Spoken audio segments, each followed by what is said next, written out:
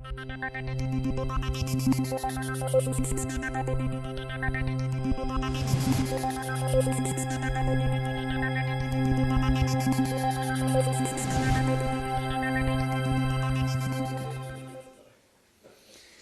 one of the books I've enjoyed reading most over the last few years is a book by Susan Neiman, who's just about to speak. It's called Evil in Modern Thought, An Alternative History of Philosophy. And one of the key events in there was the Lisbon earthquake of November the 1st, 1755. And I just have a little brief comment to make about that before she starts, because the earthquake actually shocked everybody. It was inspired Voltaire, Kant, and Rousseau to furiously scribbling. The King of France promised to give up his mistress. All sorts of attempts were made to propitiate the demon of earthquakes.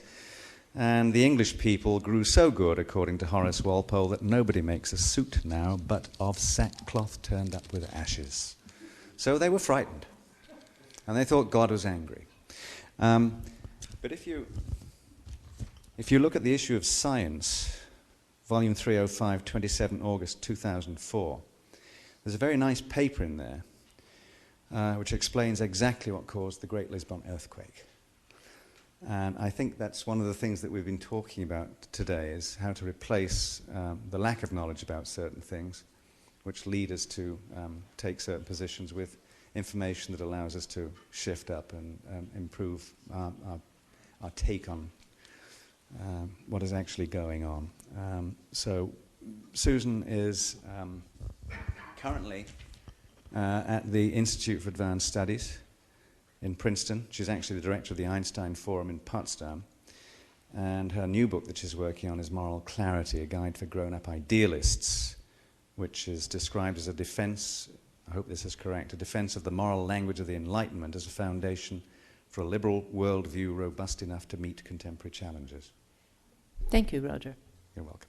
All completely correct. I did want to say a couple of words about the discussion yesterday, and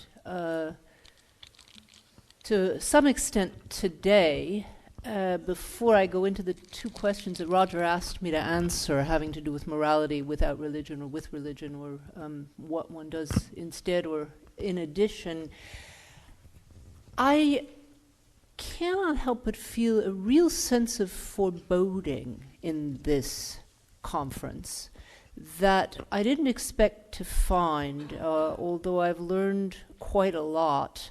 One of the most shocking statements that I've heard in the last couple of days was that of Steven Weinberg, that the crazy old aunt of religion is on her last legs and we might miss her when she goes.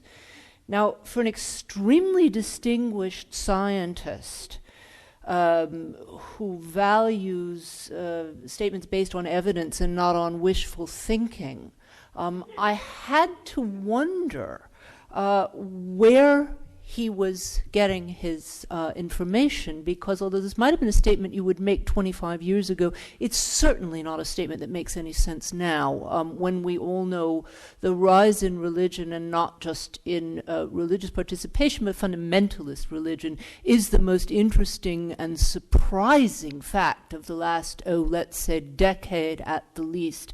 Now, it seems to me we have two choices.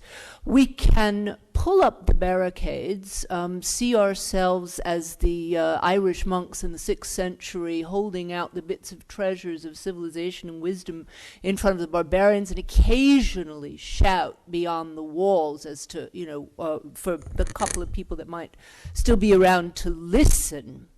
Or we can do something quite different, which is to ask ourselves what it is that they're seeing that we're not, what it is that's missing in our culture that they're getting from somewhere else. This is not simply a tactical consideration, although it is also a tactical consideration. Conferences like these and with this sort of subject are called because I think there's a perceived sense of crisis, and it's an international one. But I'm a bit reminded here of a conference on similar issues that was called about 10 days before the 2004 election in New York City. I know Richard Dawkins was there. Nobody else in this. Were you there? Sorry, forgot. And the conference was titled Us versus Them. Now, there's the sort of interesting spectacle of the idea that a bunch of intellectuals sitting in New York could somehow, in a last-minute action, influence the tide of the election that everybody was frightened to. But we all came from various places and were committed to trying to do so. But as I sat there watching people preaching to the converted with rather lack of understanding of what was going on in the rest of the world, I walked out and said, boy, if this is us, they're going to win.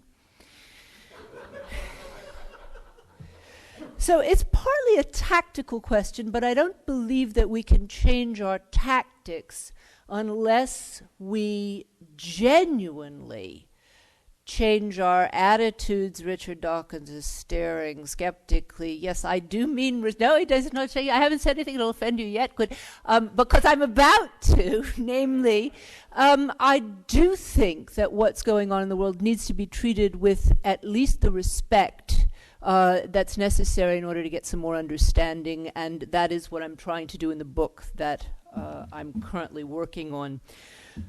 So in order to answer the first question Roger asked, can we be good without God? I want to start with a biblical reference, enough to provoke some of you, I'm sure, and not just any old biblical reference, but one from a place dear to the hearts of fundamentalists, namely the story of Sodom and Gomorrah. Just about everybody knows that the cities were destroyed completely. Lot's wife turned into a pillar of salt for even looking at them backwards. The sin that did them in, by the way, is something you don't need to be a believer to abhor. We're not talking about fornication or multiple orgies here, but about the Sodomites' demand to drag out and gang rape two strange visitors to whom Lot gave shelter. The strangers turned out to be angels, which is the Sodomites' undoing, but their transgressions were pretty severe, even if you believe neither in God or the ancient rites of the guests. Now, what fundamentalists rarely tell you is what happens when Abraham goes to these dens of iniquity or stands before them and has his finest hour. God reveals his plan to annihilate the two cities, and Abraham speaks up. What if there are 50 innocent people among the sinners? The judge of all the earth, he says, cannot act so unjustly as to let the innocent and guilty suffer alike. Well, the judge of all the earth agrees. If there are 50 righteous people in Sodom, he will leave the city alone. And then Abraham answers, well, surely the Lord isn't a pedant, right? What if the number turns out to be smaller? Would he destroy the whole city for a lack of a mere 5? The answer is obvious. The Lord will save Sodom if there are 45 righteous people in it. And Abraham quits after bargaining God down to 10. Two things about his behavior stir hearts like mine. One is its resolute universalism. Abraham's concern for the innocence of Sodom has nothing to do with kinship or tribalism. It's concern for innocence everywhere. The other is Abraham's resoluteness, period. In his concern for the innocent, he's prepared to take risks, for the texts make it perfectly clear that Abraham is scared. His words are neither proud nor wheedling, but the plea of a servant towards a master who could extinguish him with a glance. Here I venture to speak to my Lord, I who am but dust and ashes, is what he says when he gets the negotiation going. Oh, let the Lord not be angry if I go on, is what precedes the line that bargains down to 30. Now, it's striking that Abraham seems more frightened when he pleads for the unknown Sodomites than when he prepares to follow the Lord's command to kill his own son. This text is likely to be more familiar, and the binding of Isaac is the thing that sustains fundamentalists of every color. When a voice calls you to take your son, your only son whom you love, and journey to a distant height which will be indicated later, you saddle up your ass and do it, secure in the faith that the Lord will solve whatever problems arise on the way. An hour-long Jewish, Christian, and Muslim theologians struggle to find multiple meanings in this text. The dominant seems to be this one. Abraham's unquestioning willingness to heed God's command to sacrifice the thing he loved most is what qualified him to become the father of what are called still the Abrahamic faiths. Kant's comment on the passage, by the way, was unequivocal. Abraham should have reflected and considered that whoever could ask him to do that can't be God. Now, I have no qualms about being partisan. The Abraham who risks God's wrath to argue for the lives of unknown innocents is the kind of man who would face down an unjust tyrant anywhere. He's deeply human in the best of all senses, and neither his fear nor his frailty stands in the way of his own reason. He's reverent but not deferential, for his faith is based on his moral backbone, not the other way around. He is, in short, what I like to call an Enlightenment hero. As Kierkegaard taught us, the Abraham who takes his son to Mount Moriah left ethics and enlightenment behind. But I'd be cheating if I tried to argue that the Abraham at Sodom and Gomorrah was the genuine or the more central one. I bring these two stories up to show that the Old Testament itself is magnificently equivocal. Both stories are part of our repertoire, anchored very firmly in the first book of the Bible on which so many others in all three faiths depend. And though religious thinkers will fight fiercely to show its standpoint to be the one religion really sanctions, each religion has signposts pointing both ways. On the one hand, towards a fundamentalist, authoritarian strain that insists if you want to be faithful, you have to crucify your intellect, that is, to believe just because your belief is absurd. And on the other hand, each of the three Western religions has a rationalist tradition which begins from the recognition that no law applies itself, ever. Supposing you take revelation as authoritative, it still has to be interpreted. And most of what we know today as scholarship began in the attempt to figure out how law, which meant religious law at the time, applies to the world. So far from viewing our capacity to reason as threatening our capacity to obey God, this tradition sees thinking as its very fulfillment. There are actually some wonderful Jewish parables which show God laughing with pleasure as human beings defeat him with a particularly good argument. That is, God would rather be impressed than right on certain Jewish rationalist traditions. So, if reason is God's gift, he meant us to use it even against him if he turns out to be wrong or hasty. On this tradition, our ability to make sense of the world, whether with science or through the right moral actions, is just one more proof of God's goodness. Now, remembering these facts should stop us from dividing the world along religious and secular lines. I can't repeat this often enough. The question is not whether religion and science are compatible, but this is not the interesting divide. I don't want to go into this for too much time, but if you're curious about that, think about whether postmodernism and natural science are compatible. Whether they rest on the same notions of truth or evidence. I think the answer is really very clearly no. For many rationalist religious thinkers, there's more in common with secular social democrats than with fellow believers. And again, I think many a fideist is much closer to a postmodern nihilist than either wants to admit. Far less important than your belief whether God exists is what you think your belief entails. Does it direct your behavior by rules and commandments that are set out before you, or does it require you to think them through yourself? Does it require you to try to make sense of the world, or does it give up on sense itself? And I think these are the crucial distinctions, not whether you add belief in a God to them.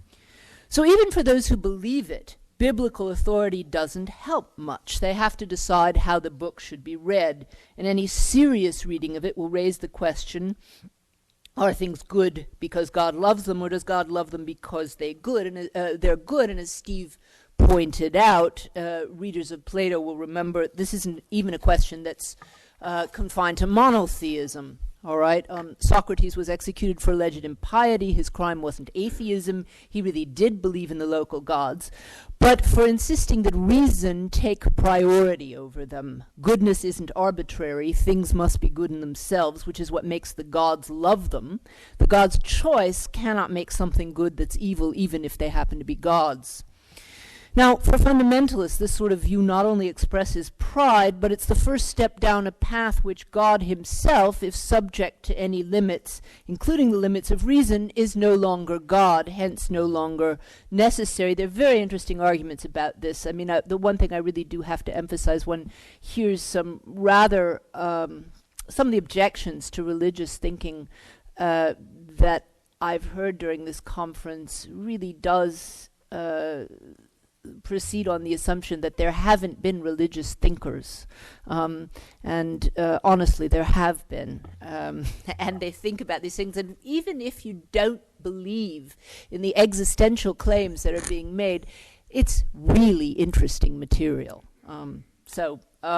But I don't want to get into theological debates right now. I bring these stories up to show that whatever the tradition, there are deep sources for rejecting the question, do we need religion to maintain ethics? Because the answer is a resounding no. The Abraham of Sodom and Gomorrah certainly didn't. It was he who gave God lessons in ethics at extreme peril. And this story is at the very beginning of monotheistic traditions. Any ethics that needs religion is bad ethics, and any religion that tries to do so is bad religion. Of course, there are plenty of both around. This is a practical question. It needs to be dealt with practically.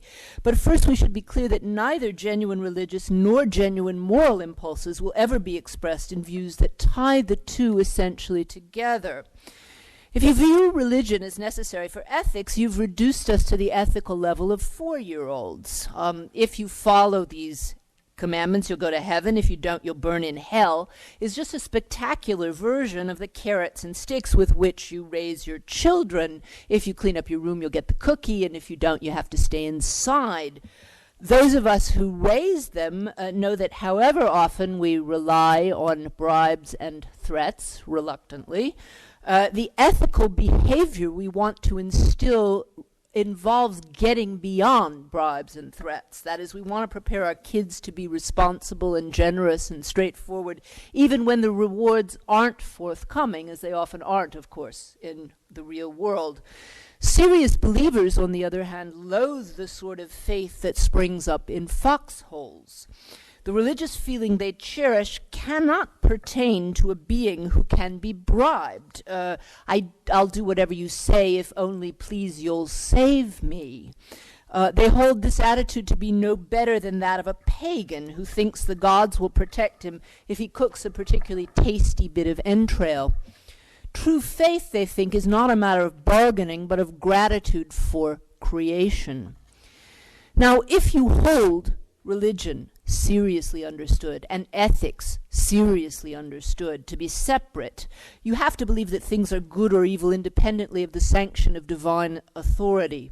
Does that mean that you believe that there's an otherworldly standard of goodness fixed and eternal in a transcendent world? Well, Plato sort of thought so, and sometimes paints a picture so fairy tale-ish that it's provided fuel for centuries of postmodernists ever since. Postmodernists avant la lettre, nobody ever liked the thought of the ideas up there in the heavens beaming down the truths at the shadows below. I mean, this was really a serious view. But then the question becomes, are there moral laws that bind everyone, wherever they come from, whatever they believe? The greatest philosopher of modern times walked up to this question and turned sideways, refusing to answer directly. Instead, Immanuel Kant reached for a parable. Imagine, he says, a man who claims temptation overwhelms him whenever he passes what the 18th century discreetly referred to as a certain house. No matter what he tells himself beforehand, when he reaches the whorehouse, he has to go in. No tie of love, no fear of disease or shame is stronger than the claims of the flesh. Can we understand him? Well, easily, says Kant. But what if a gallows were installed before the whorehouse on which he'll be hung immediately after emerging from its depths? Suddenly he discovers he can withstand temptation very nicely, thank you. For however bright ordinary desires may be for sex or wealth or any other form of mortal pleasure, all of them pale before the desire for life itself. No life, no consumption. All of the sweets of the world put together cannot weigh against that. Now, let the same man be summoned before an unjust tyrant and given a choice. The ruler intends to execute an innocent subject fallen afoul of his regime, but the semblance of law demands an appearance of just procedures. Our roue is asked to write a letter denouncing the innocent. Should he refuse, the ruler will make sure he's executed himself. Now, as in the first case, Kant thinks it's easy to imagine being in this fellow's shoes. But unlike the first case, we suddenly waver. We do not know what we would do. Now, Kant always emphasized the limits of knowledge, and one of the things we never know for certain is the inside of our souls. None of us is so righteous as to be sure not to crumble in the face of death or torture. Most of us probably would. But all of us know what we should do, namely, refuse to write the letter, though it cost our own lives. And all of us know that we could do just that, whether or not we would totter in the end. In this moment, Kant says, we know our own freedom in a breath of awe and wonder. Not pleasure, but justice can move human beings to deeds that overcome the strongest of animal desires, the love of life itself. And contemplating this is as dizzy as contemplating the heavens above us. With this kind of power, we're as infinite as they are. Kant says this sort of example is simple enough to be grasped by businessmen, women, and 10-year-old schoolboys. Change the terms as you want, he seems to be right. It's a thought experiment nearly anyone can make, and the answers are surprisingly similar. You may want to vary the example. Writing letters is easy, so easy, in fact, that desk murderer, Schreibtischmörder, became the German word for Nazi bureaucrats like Adolf Eichmann. Putting marks on paper is so removed from the violence that takes life that many people who can swallow their qualms about one couldn't go through with the other. When I taught this example at a Yale ethics course, one student insisted he knew perfectly well what he'd do. He was a coward, he wanted to live, and he would sign any number of unjust letters in order to do so. Indeed, he claimed he would do anything, so we fenced for a while until I upped the ante. Was he certain he could kill children to save his own life? With machine guns? Well, what about with machetes? At that point he wavered. We know it's happened. Perhaps the most awful reports from contemporary Third World Wars are those describing children who were given the choice to hack up other children or be destroyed themselves, and some of them didn't do it. Now, what's the point of this example? It's the only answer the leading modern philosopher ever gave to the leading moral question philosophers are routinely asked. Is anything ever absolutely right or absolutely wrong, and if so, how would I know it? Kant offers the example at a crucial juncture in his Critique of Practical Reason, just when readers hope he's about to show them that the moral law is absolutely true. Those hopes are disappointed. For moral principles are never true. Truth is a matter of the way the world is. Morality is a matter of the way the world ought to be. The distinction between is and ought is the most important one we ever draw. It structures our experience in ways even deeper than the way experience comes structured into causes and effects. If morality is never a matter of fact, trying to convince moral skeptics with objective proofs is worse than senseless. Nor should we be urged to live rightly because it's in our self-interest to do so. Such arguments leave us helpless. Thanks. Have you been hearing me all this time? No. So this is about the identity of morality and self-interest. These are arguments which leave us helpless whenever morality and self-interest part company. In the times when they don't, we run on self-interest and don't need morality to move us. To pat Churchland's remarks on the subject. Of course, lots of what we do morally is internalized. We don't consciously run through the categorical imperative when we tell somebody to get out of the way of a grizzly bear, or any host of small moral decisions, even, often rather large moral decisions that we make in the course of a week. Much of moral behavior is often in our and everybody else's interest, and we're either hardwired or socialized to do the right thing often, or both. I mean, hopefully we're both hardwired and socialized to do the right thing, okay?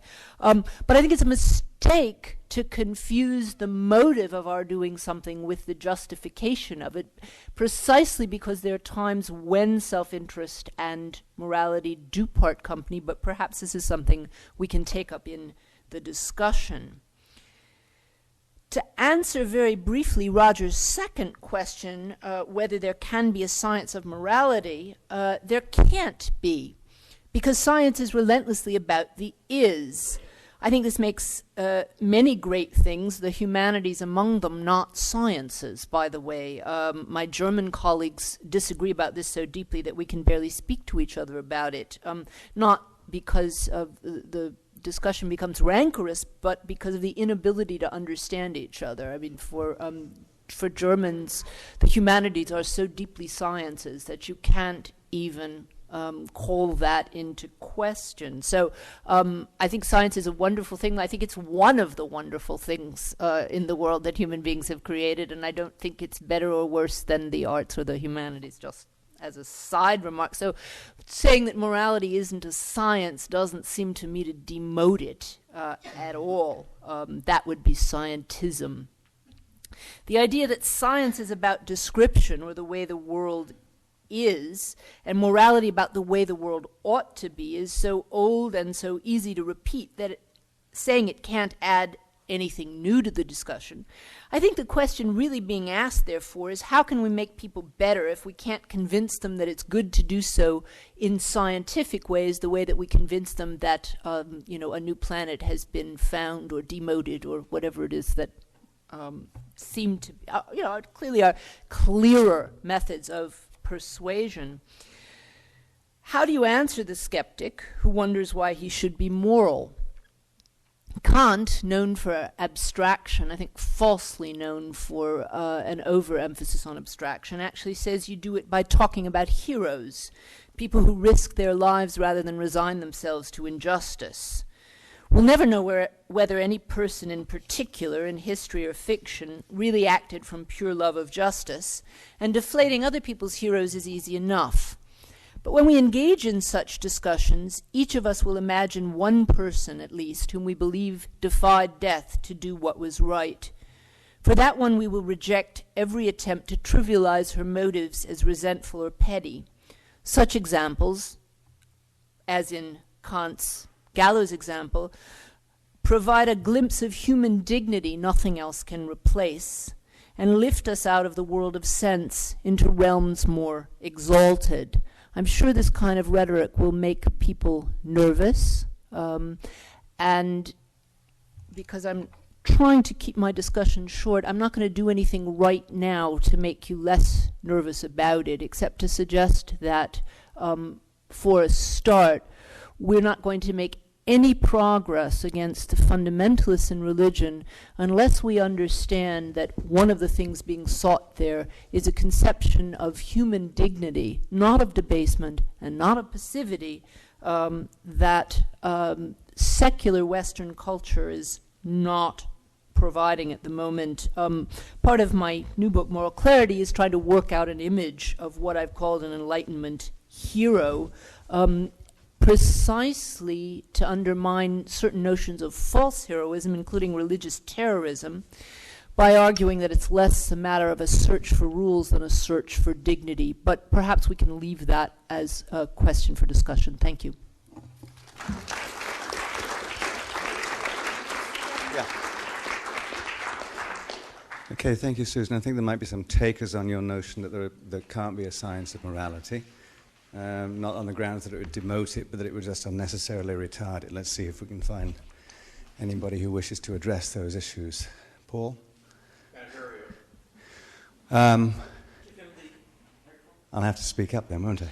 Paul Churchland. Thank you. I've been fingered, I must tell you, by our mutual friend here. And I've been fingered because he thinks I think that there can be a moral science, and he's hoping I'll say something here. So let me say something, and then you can tell me what you think is wrong with it. Okay. One possible take on human morality. There's a hole here. Just sorry.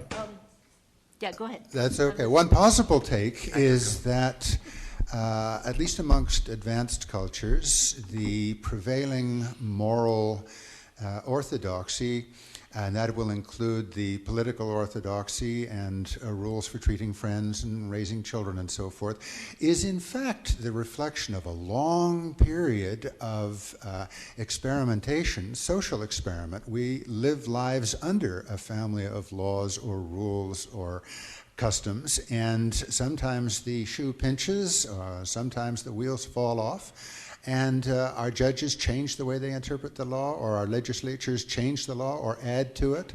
And if you've got a process that goes on long enough in this vein, you end up with a system of guidelines, economic, political, correctional, that guide the society's way of life in progressively more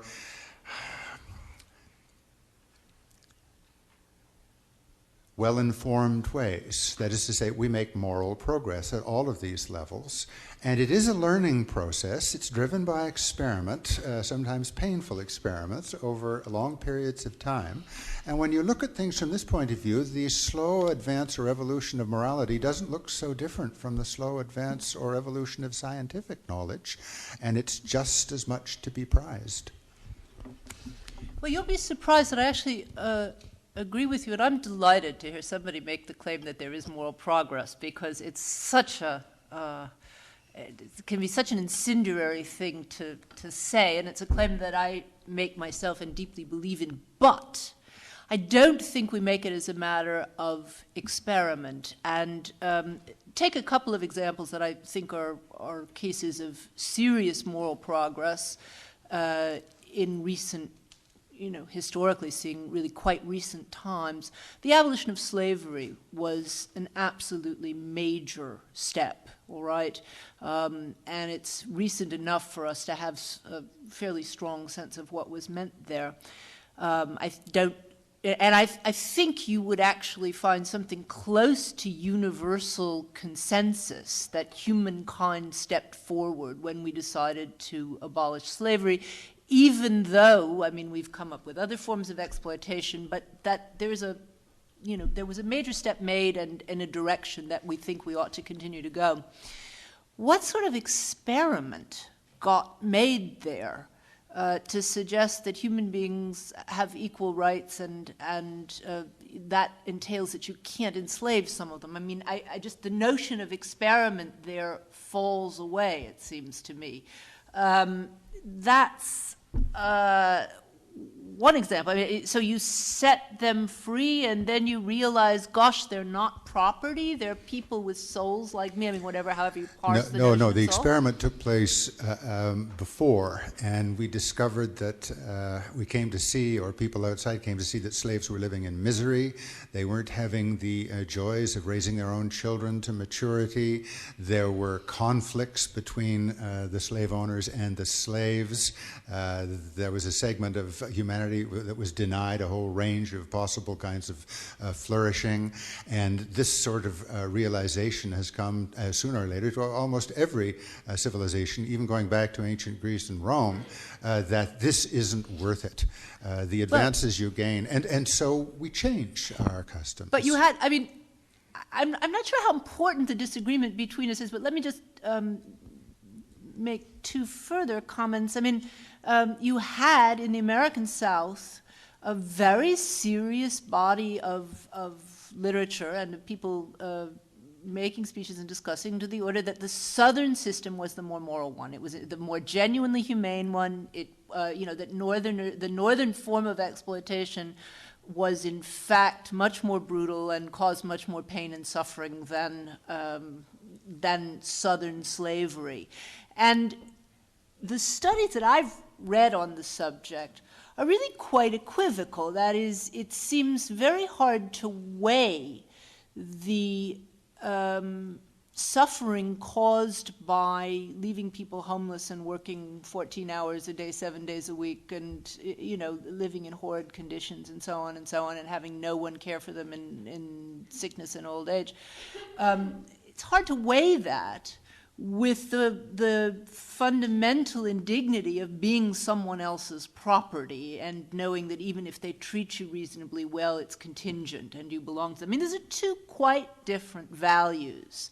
And at a certain point, it was said, look, what we value is actually this innate human dignity that's violated by the notion of slavery. So I'm not sure that this was something that people came to see. Just one other point, which I think is extremely important today about the notion of moral progress. One of the great moral advances of the Enlightenment was abolishing torture.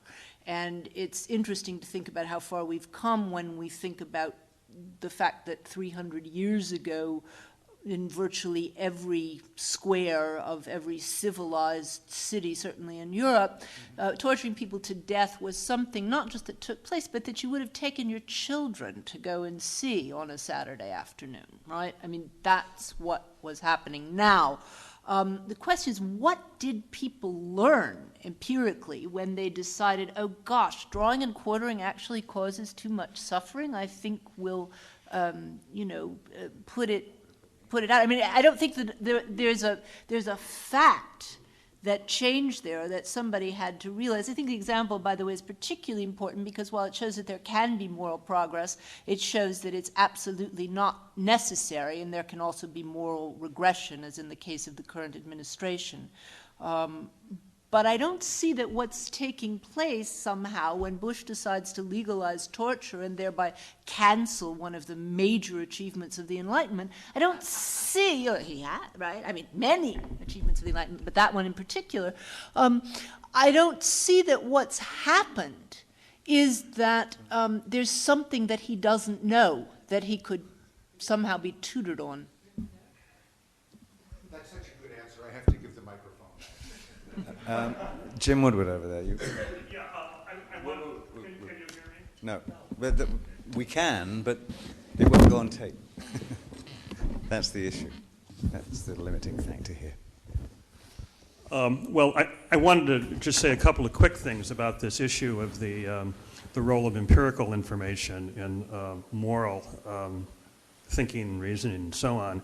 And first of all, to support what Paul just said, I think the example of torture is a really interesting one because it seems to me that there was real moral learning and learning about, in the context of learning about empirical facts going on in the events that led up to the abolition of torture. So for example, people learned that torture simply didn't work very well in providing, getting the kinds of information that they hoped to get from it.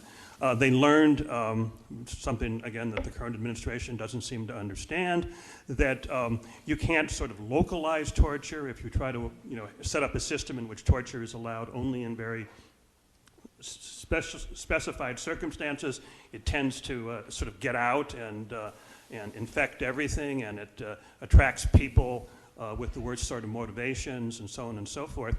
And I think that if you go back and look at the historical record, you'll see those arguments of that empirical sort being made. And in fact, those arguments are being made today by people who are opposed to the kind of torture practices that our government is engaged in. So that's just specifically on the question of torture. And then more generally, let me suggest one way in which, somewhat different way in which empirical information can be relevant to moral theorizing. And this is that we may learn, different moral theories, it seems to me, rest on various ideas about human motivation and what sorts of motives are at least sufficiently frequently available to us that they can motivate significant numbers of people to action. And it seems to me if you learn as an empirical matter that some motivation that you thought was common and easily relied on is very uncommon and not so readily relied on or available, that has a bearing on a normative theory. So a theory, for example, that requires that we be unconditional altruists, it seems to me, is hostage to the whole question of whether actual human beings behave in that way.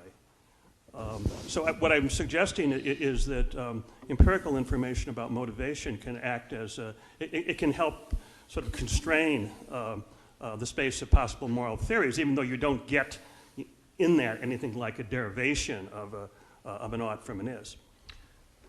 That's perfectly fine with me. And just, on a personal note, I was trained as a philosopher, but I run an interdisciplinary institute so that I get to learn empirical things sometimes from other people. I'm the last person who thinks that empirical information isn't relevant. On the contrary, I think philosophers, should work with more of it. So, of course, empirical information is relevant to moral theory.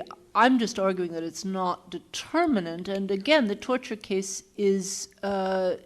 It's in a certain sense, it's a beautiful example of the way in the real world self-interest and moral interest do often work together. That is, it turns out to be the case that torture is not very effective. And so if you're dealing with someone who has no moral qualms whatsoever, like Donald Rumsfeld, it might be worth pointing out that, it's not in his interest to continue a policy that's simply feeding us false information. We're somebody where that the moral, whatever part of the brain deals with moral reactions, they're defunct in that, in some point. But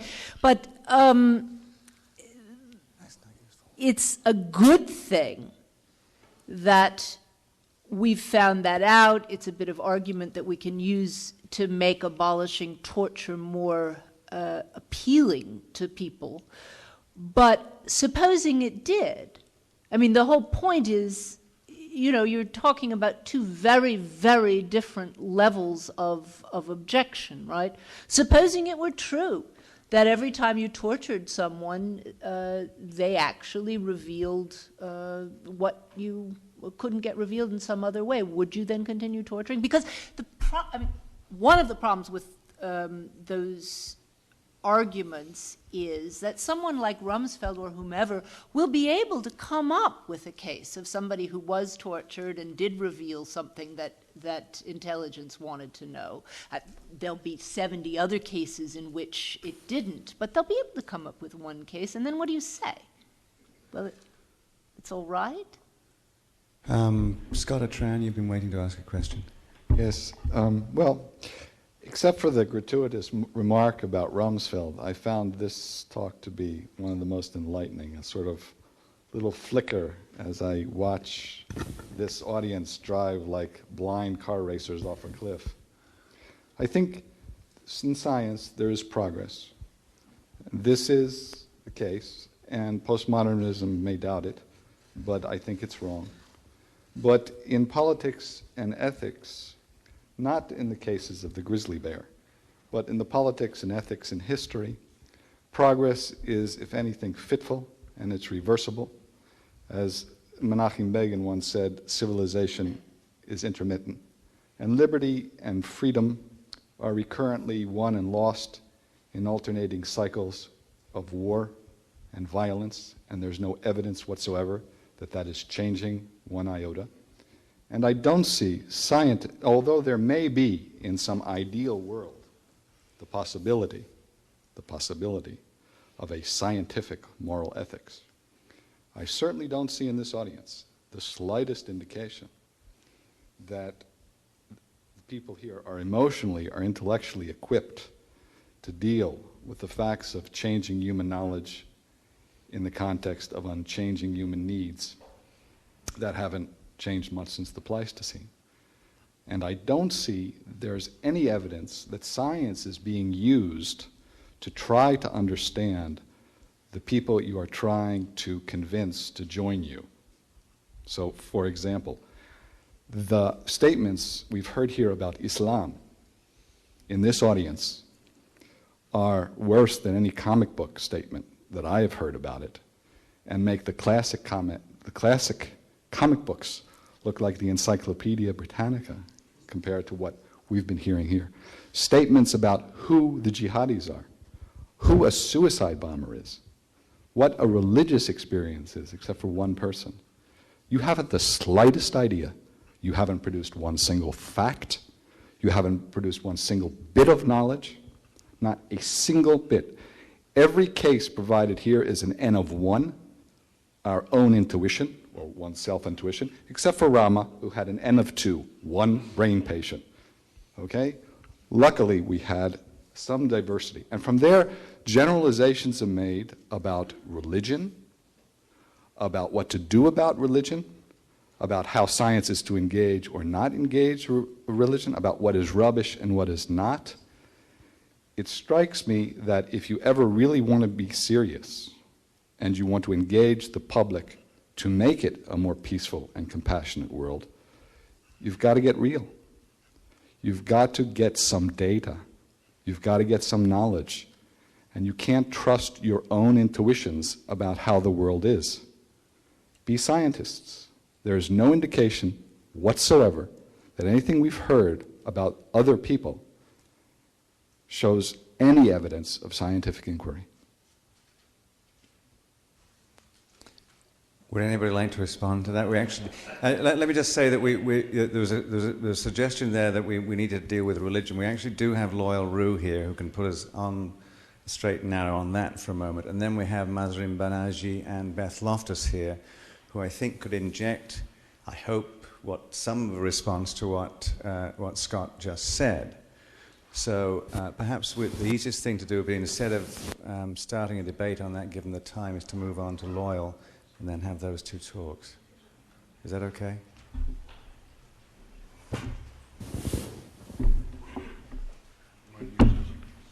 Sure.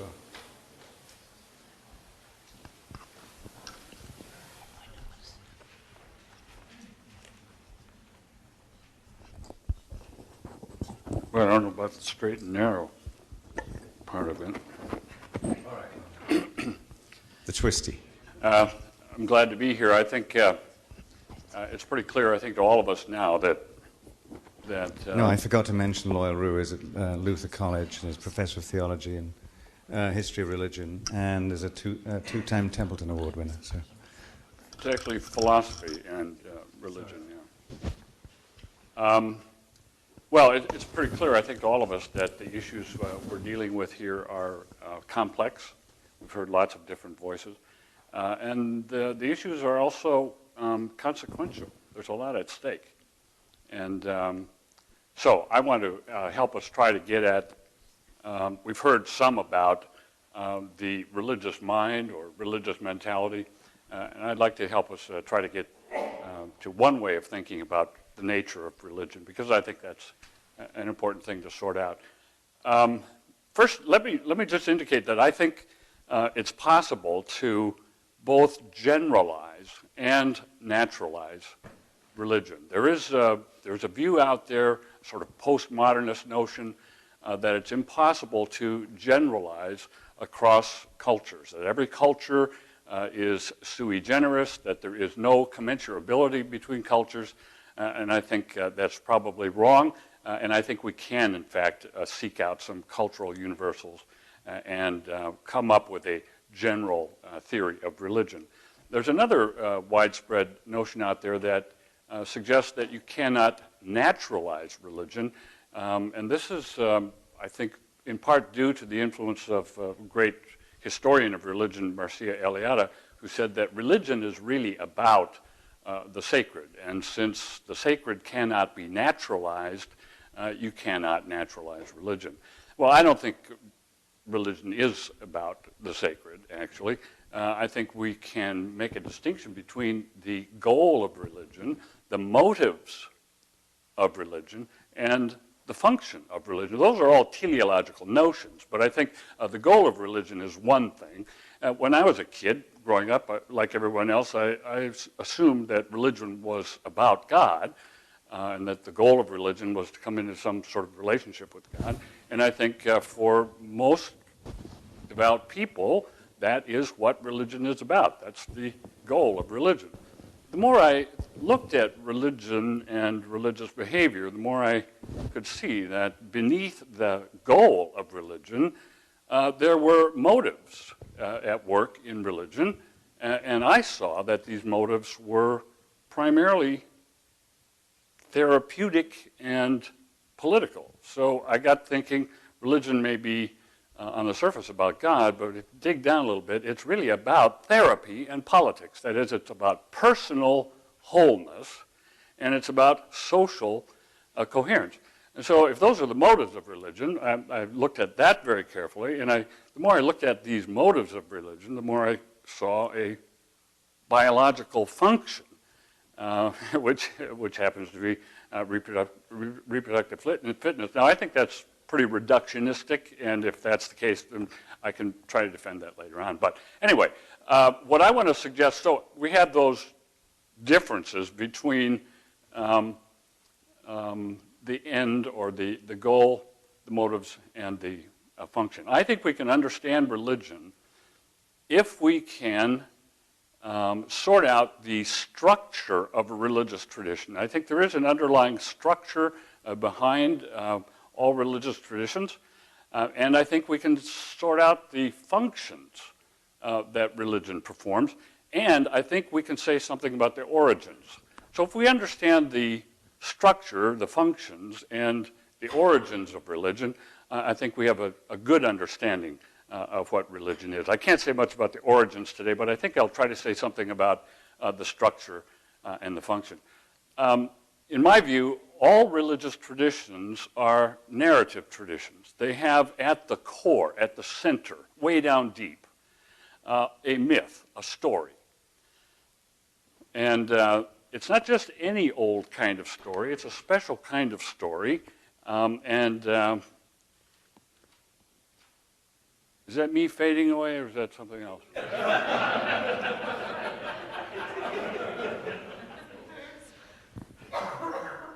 It's a story. The myth, the central story, really brings together and integrates two different kinds of ideas. Every religious tradition has cosmological ideas, that is, ideas about how things are ultimately in the world, and every religious tradition has moral ideas, that is, ideas about which things matter ultimately for human fulfillment. Now, religious traditions bring these together in a centralized, integrated myth. That is to say, ideas about how things are brought together and confused with ideas about which things matter. And I think this is what's unique about the religious mentality, that facts and values are confused. And this is important because it provides the religious perspective with a cosmos that is infused with value, and it also provides us with values that have some sort of cosmic endorsement. If they have cosmic endorsement, then they will work in our minds with the same kind of authority that facts have in our minds. And so it's important for religious traditions to bring together ideas about how things are ultimately with ideas about which things matter ultimately. Now, obviously, that's a violation of the naturalistic fallacy. I think religious traditions systematically violate the naturalistic fallacy by confusing facts and values. But I think actually the human brain also does that. I think the human brain is a naturalistic fallacy violating system.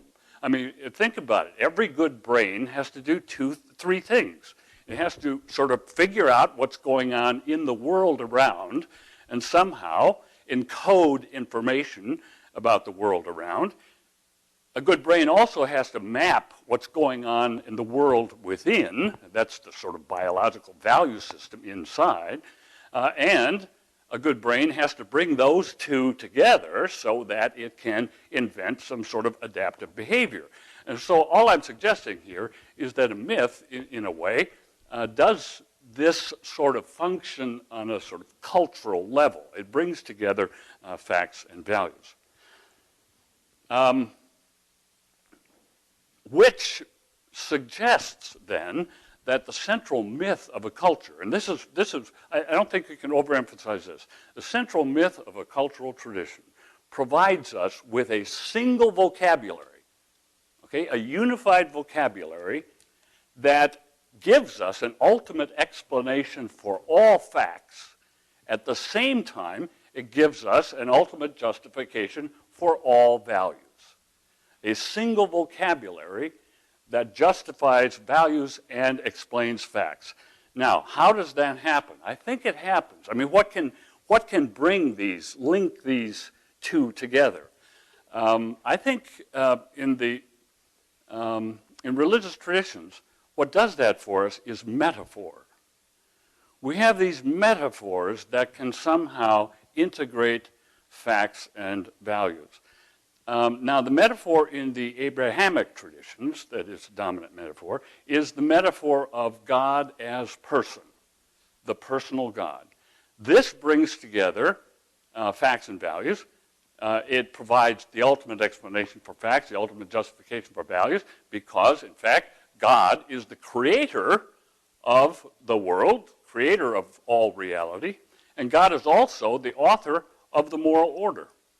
One God creates both the world of facts and the world of values. So that one God functions then as the ultimate explanation for facts and the ultimate justification for values. This is in the Abrahamic traditions. Other traditions have other metaphors that work to provide the same function. In Indian traditions, the Dharma is that kind of metaphor. In Chinese tradition, the Tao. In ancient Greek tradition, the Logos. These are notions that integrate fact and value. Now, but that's not all there is to religion, because there are strategies. Once ideas are brought together into an integrated myth that brings together morality and cosmology, it's important for that story to get into the heads of everybody in the culture. We have to organize the stuff in here. And if my sort of organization of my consciousness is similar to the organization of your consciousness, then we have the resources for sharing a common culture. Okay, so it's important to get these brains organized in a similar way so that we will see the world in a similar way.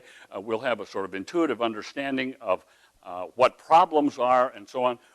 We'll be on the same page, you might say. So it's important to get these ideas into people's heads. And so religious traditions have developed all these strategies for refreshing the story, for maintaining the story, revitalizing the story. And these strategies I've indicated here: intellectual, institutional, ritual, experiential, and aesthetic. Together, they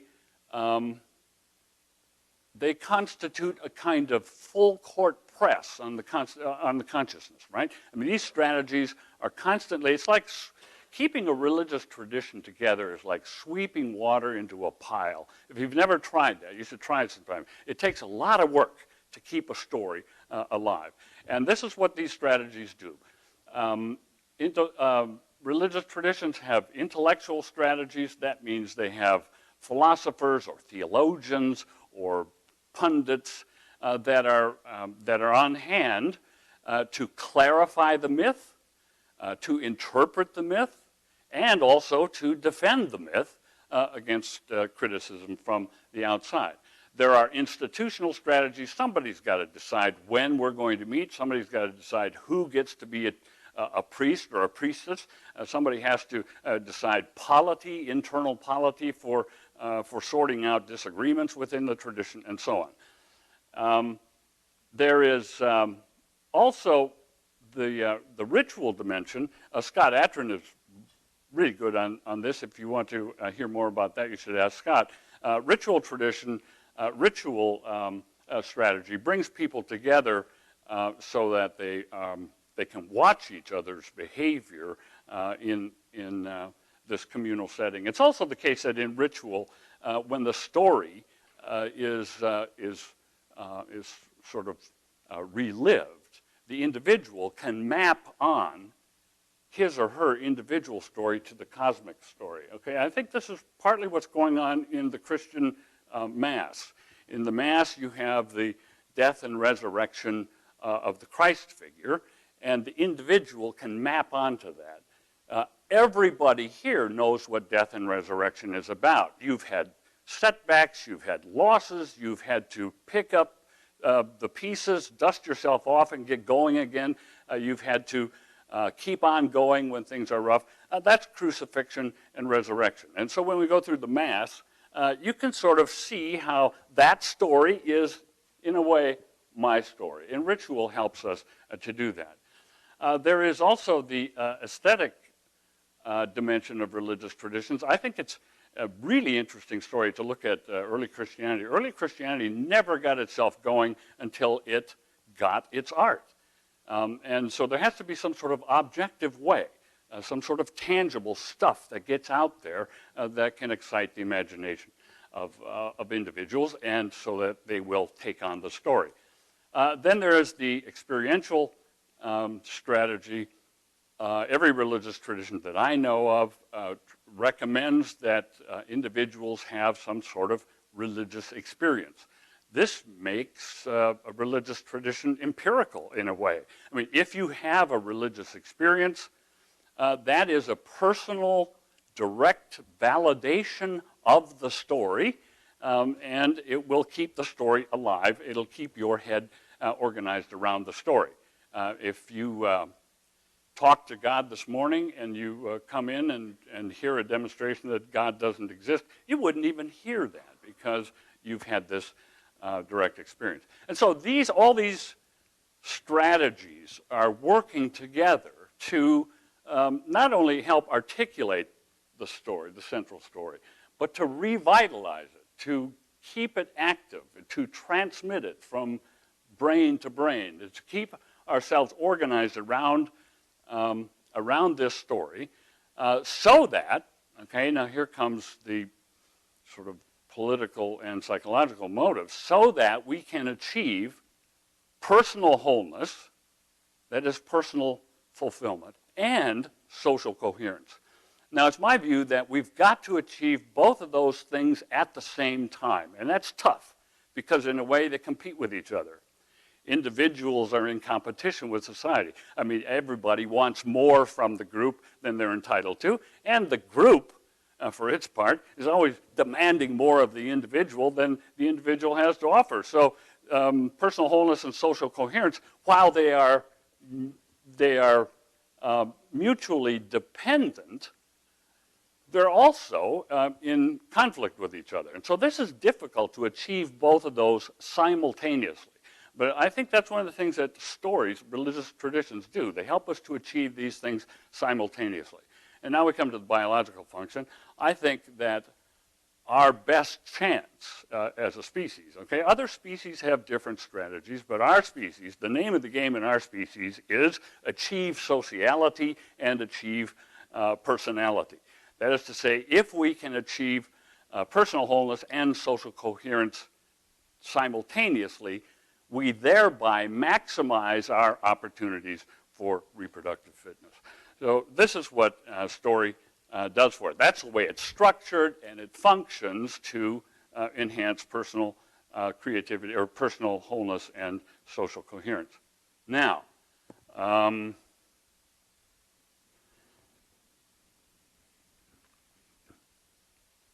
that is a sort of picture of the kind of religious tradition that has been inherited in the West. I mean, this is very familiar. A dualistic cosmology, right? There is nature, and then there is supernature, and the morality is always an anthropocentric morality. I'm going to speed by a little bit here and go to this question, because here I think we get some glimpse of what is really at stake. One of the things that I was thinking about yesterday was the very sort of obvious to me fact that Sam Harris and the Taliban are both scared of the same thing.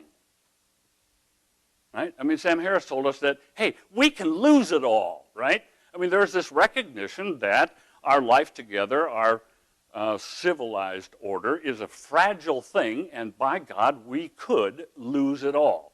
That's a real possibility. When we're threatened with that, we want to dig in our heels and worry about it. Well, anyway, here's a sort of typology of different forms of social organization. Anthropologists sometimes use a simple progressive story like this. Originally, of course, our species lived in familial bands, small groups. Actually, I don't think in these small groups there was anything resembling an articulate morality. I think what was going on in familial bands was intuitive morality, and nobody had a set of rules. I mean, if you got out of line, you got a bad look, or you got your face slapped, or something like that. I mean, it's sort of like families.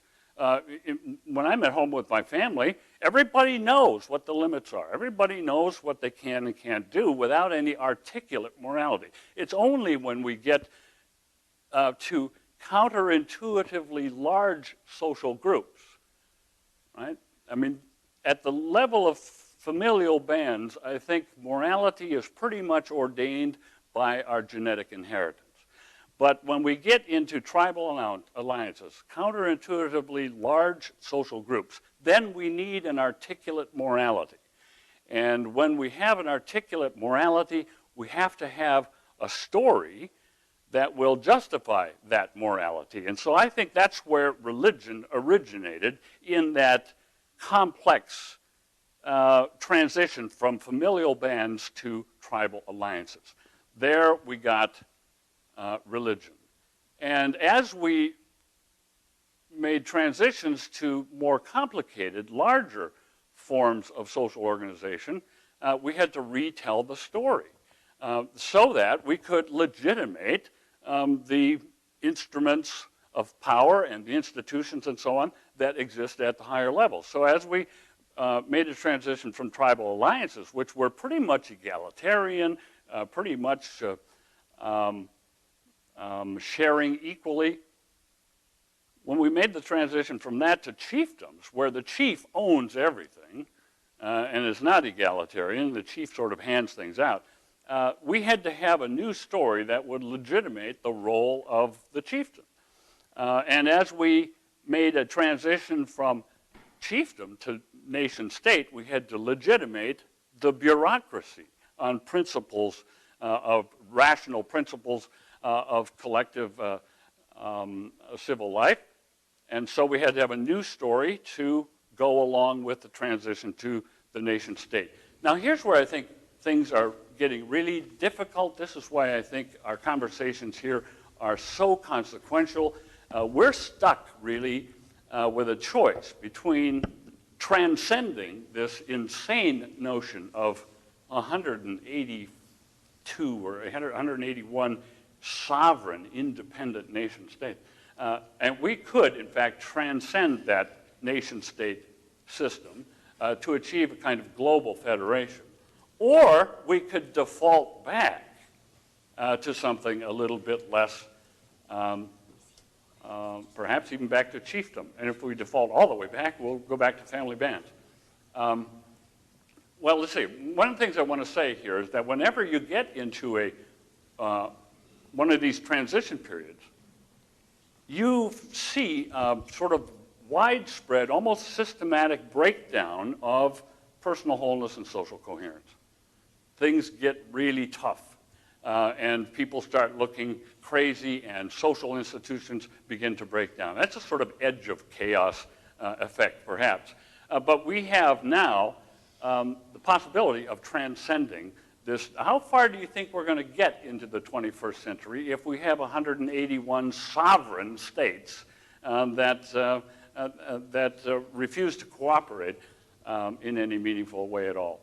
So either we make that transition to a global federation, or else we default back. Okay, now I'm going to say something about, you're going to throw me out. No, okay. Not exactly, but all right. the time is running out. Right, okay. Because we need to Well, get... you wanted the straight and narrow, Roger. You're going to get it. Here is a possibility for a new story that could somehow be consistent with a global federation. Okay, now here I'm basically talking about the story that Carolyn Porco and Neil were working on yesterday. That blows me away, that story. I mean, it just knocks me off my pins. I mean, I've been watching Cosmos. I still watch Cosmos, by the way. Our library had to go and get those tapes, and it wears well, I have to say. This is a great story. It's not a story of, it's not a dualistic cosmology. It's a naturalistic evolutionary cosmology. It looks to me like there's possibility for a new morality. And I think actually science can help us a lot here because it can inform us about these behavior mediation systems that we have inherited. We know that these behavior mediation systems can be manipulated by symbolic means, okay? So when we get some real pictures from Hubble or wherever to show us the sort of social or the global solidarity that we're capable of. I mean, that moves us. Anyway, what we need then is the articulation of this new story where we pin together a naturalistic evolutionary cosmology with a sustainable sort of trans-anthropocentric morality. And then we have to develop the intellectual, institution, ritual, and aesthetic and experiential strategies to help articulate that story, to transmit it from brain to brain, and to celebrate together. And that, I think, is an exciting prospect. It's going to look ugly in the short term. I mean, you've got two big cultures sort of clashing at each other. The whole world seems to be breaking down in terms of its social coherence. And also, individuals are breaking down in terms of their personal wholeness. But there is hope, I think, in the long term if we can articulate this new story. So I'll just leave it there. And I just want to thank Neil and Carolyn for telling that story. All right. Great, thank you.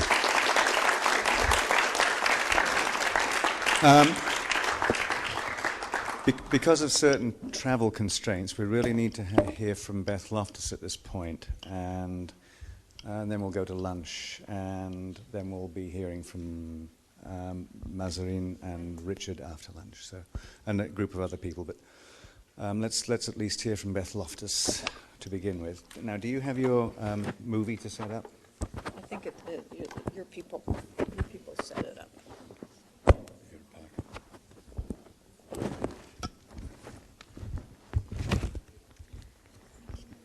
Thank you, Roger. I'm sorry that I have to, that I can't stick around tonight to continue some of the fun conversations from last night. I have to interview a job candidate and teach a class tomorrow. But I'm here. It's an odd kind of place for me to be. When I was a little girl, I remember my relatives telling me that God could see me no matter where I was, and knew where I was and knew what I was thinking. And I once hid behind the floor-to-ceiling curtains and asked my aunt, can he see me now? And she insisted he could. And then when I was 14 years old, my mother drowned in a swimming pool. And so I decided very early on there couldn't be a God. About 15 years later, my father was struggling with melanoma. He eventually died. But during that time, I turned to Elizabeth Kubler-Ross, thinking I could get some relief in reading stories of people who were going through something similar. And I found that just about every person that she wrote about turned to God for relief. And so I envied them. I wished I could do that.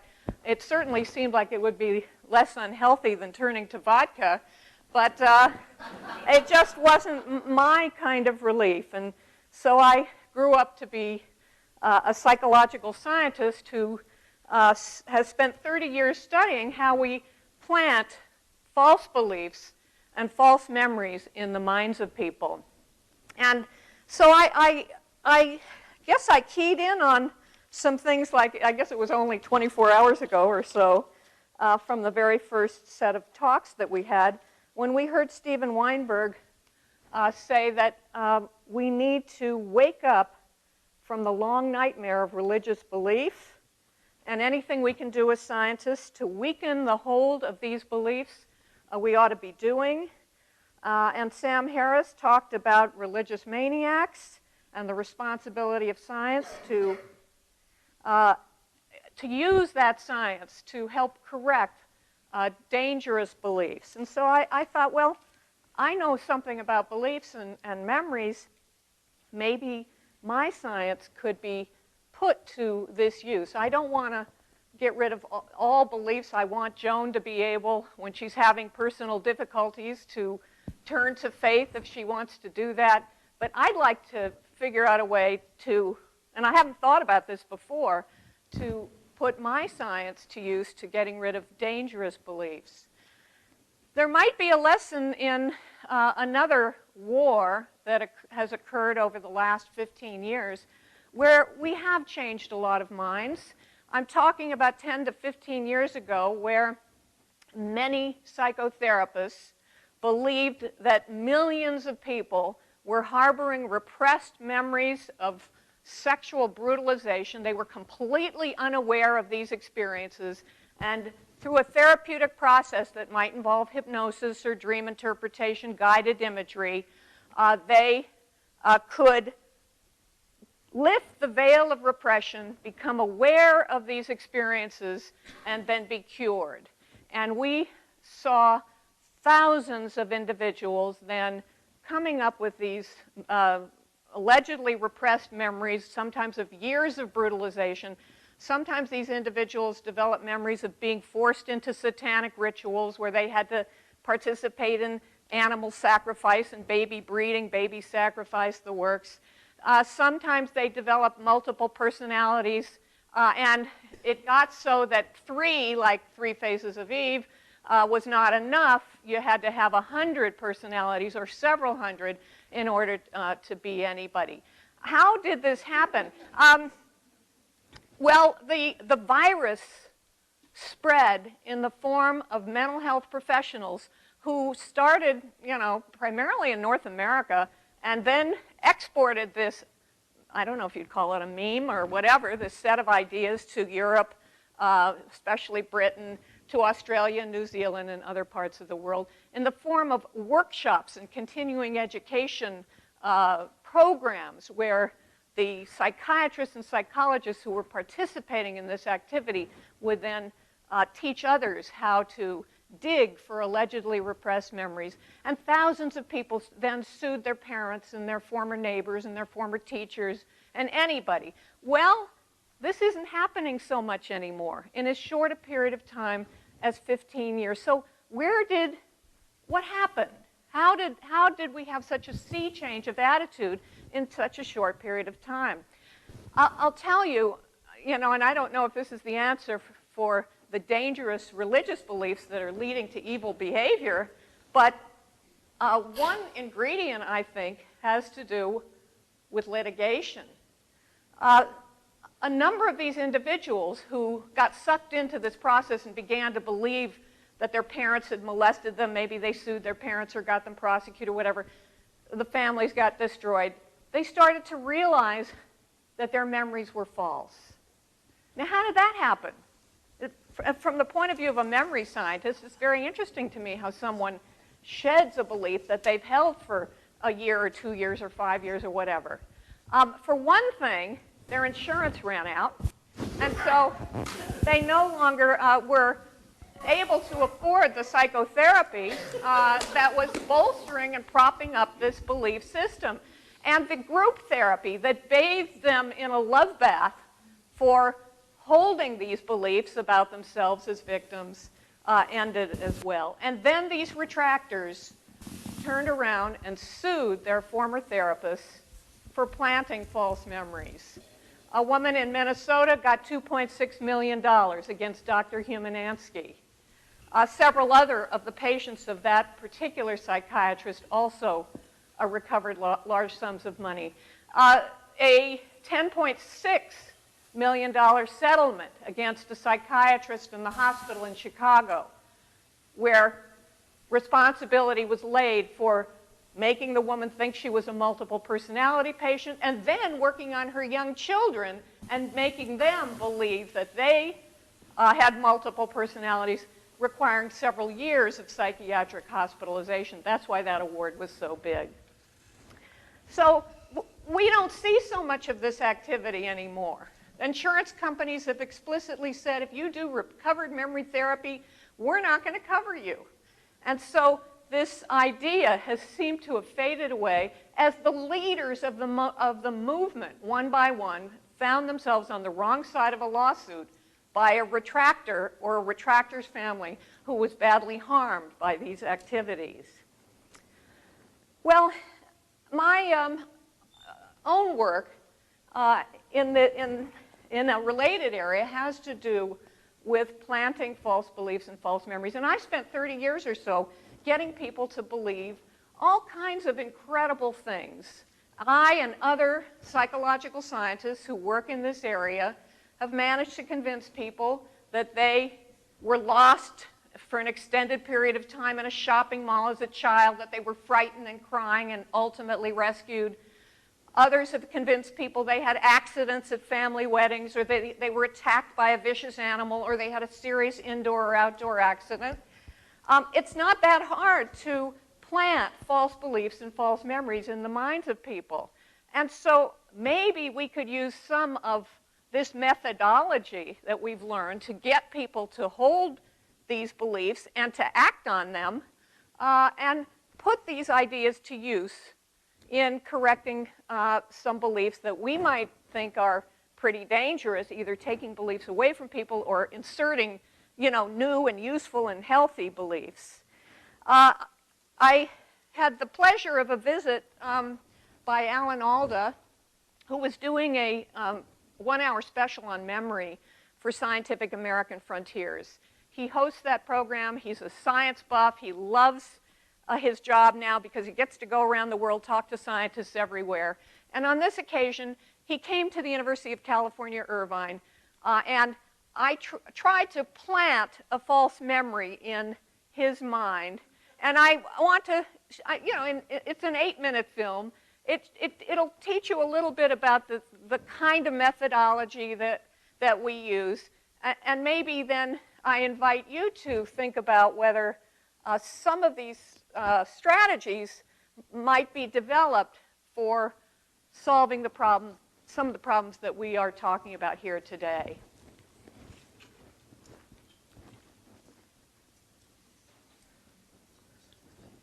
Let's see, he taught me to press a button and something would happen.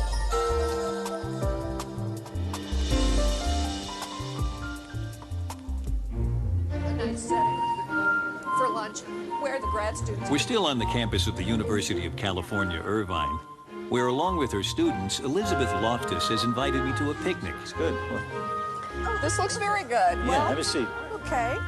It's an appetizing spread, but among the choices, one leaps out at me immediately. Deviled eggs. There are the deviled eggs.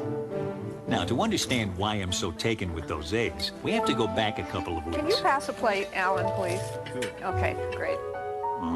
Hate watermelon. Elizabeth had sent me a long questionnaire about the foods I like or dislike. Another questionnaire was about things that may or may not have happened to me as a child. I ate 2 scoops of ice cream and 1 cone. That definitely did happen. Of course it happened. Sold chocolate bars for a fundraiser. Definitely did not happen. Ate freshly pickled vegetables. No. I'm, as you can imagine, fascinated to know what the questionnaire was really about. I mean, wasn't about food, was it? Well, actually, we have a very sophisticated computer program that can take all of that information that you gave us about your childhood, about your, your likes, your dislikes, your habits, your personality. We have fed it into a computer. Right. And you can tell my shoe size from that. My obvious skepticism here stems from knowing that Elizabeth is an expert on false memories. Things we think we remember, but that never really happened. this is the profile from this very, very sophisticated computer program. And so I'd just like you to take a look at it, and then I'm going to ask you a few questions about it. Let's see. You disliked spinach as a young child. You enjoyed fried foods. You felt sick after eating hard-boiled eggs. Eating chocolate birthday cake made you happy. I can't remember any time when I ate chocolate birthday cake and actually got happy from it. All right, well, let me just pick one of the other ones. Okay. You felt sick after eating hard-boiled eggs. Just No. when? No, I can say with almost certain. You can't be certain about anything that happened that long ago, but I'm pretty sure that I never got sick after eating hard-boiled eggs. I can't remember a time when that might have happened. Well, the thing about our childhood is that because it's so long ago, and because there is forgetting, and because there is childhood amnesia, and there are all kinds of things going on, we often don't remember things that are true of us. Right. I mean, you'd accept that, wouldn't you? Yes. Okay. Yeah. Sometimes when you try to imagine what might have happened, it will tap into some of those forgotten experiences. So that's why I was asking you to try to think about when you might have eaten chocolate cake, or when you might have eaten too many hard-boiled eggs and not felt that great about it. Yeah. Can't remember a time when I might have eaten hard-boiled eggs and gotten sick from it. Don't remember eating many hard-boiled eggs as a kid either. Water high. A few minutes later, I'm again filling out the questionnaire about my childhood experiences with food. Ate a hot dog with onions and sauerkraut. No. Ate a candy apple at a state fair. No. Got sick after eating too many hard-boiled eggs. No, but I can't be definitely sure. Say it too. Had a cheese pizza delivered. No. Tell me the truth. You don't even have a computer, do you? We do. You saw some of our better computers in there, but we do. I bet that's a trick. What do you suppose that is? Well, of course there's a trick. Elizabeth was trying to persuade me I remembered something that hadn't happened. Oh, really? Okay, Alan. Here was the study. A few weeks ago, we asked you about your childhood experiences and asked you if you ever felt ill eating hard-boiled eggs, and you said one definitely didn't happen. Right. Then we gave you feedback from a computer in which of course was bogus, Right. and I know you maybe suspected that, but it was bogus. But in the middle of that feedback was from the very smart computer. We suggested that you as a child had gotten sick eating hard-boiled eggs. And later, when we asked you to fill out the sheet about your childhood again, you increased your confidence. You gave it a 2 this time instead of a 1, I believe. And so you did show an effect that we're showing in this study, that increased confidence that you had the experience that was suggested to you, but was completely made up by us. Now, the last step in this process is to see whether the manipulation has any further consequences down the road. I mean, will you avoid hard-boiled eggs? I'm just not that interested in hard-boiled eggs. Well, people make up all kinds of rationalizations for their behavior. I mean... By claiming that a smart computer had insights into their childhood, Elizabeth Loftus has managed to persuade many of the subjects in her study to change their opinion about what foods they like or dislike. Or any more water. In other words, not only is it frighteningly easy to implant false memories in people, you can then get them to change what they think and maybe even how they behave based on those false memories. It's more than potato chips that is at the heart of this somehow, right? I mean, a lot of your work has to do with false memories in court cases. Right. Little tiny false memories, maybe, that we probably have all the time, don't hurt people very much. But when it comes to people developing these very big false memories of being molested in satanic rituals or assaulted by people who didn't do anything to them, and we know that false memories of this sort have been generated, then it does people a lot of harm. Wrong people get prosecuted, innocent people get sued civilly, and so the false memory problem is a very big problem in society, and we're here really just trying to understand how it is that you can plant a seed of suggestion, and out of this a whole false memory can grow. Well, I intend to nip one false memory in the bud right now. Give me that egg. But I don't eat the yolks.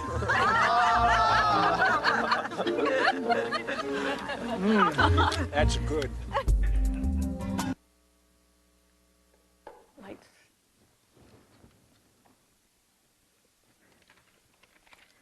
Well, we've planted false memories probably in the minds of 25,000 subjects over the course of 30 years. This latest work that is actually kind of inspired by the whole repressed memory controversy that I lived through for the last 10 years is part of an effort, not only on my part, but others who work in this field, to plant really rich, big false memories, such as the ones that I mentioned to you, that you were victim of a vicious animal attack or a serious indoor or outdoor accident. And here we're looking at whether those false memories have repercussions, affect subsequent thoughts, intentions, and behaviors down the road. And so you can take people who will deny having an experience to begin with when they enter the study. You subject them to the manipulation. Later on, they will tell you they actually do have either a belief that this is true of them or a memory. That means it has sensory detail attached to it, and it feels like a real recollection.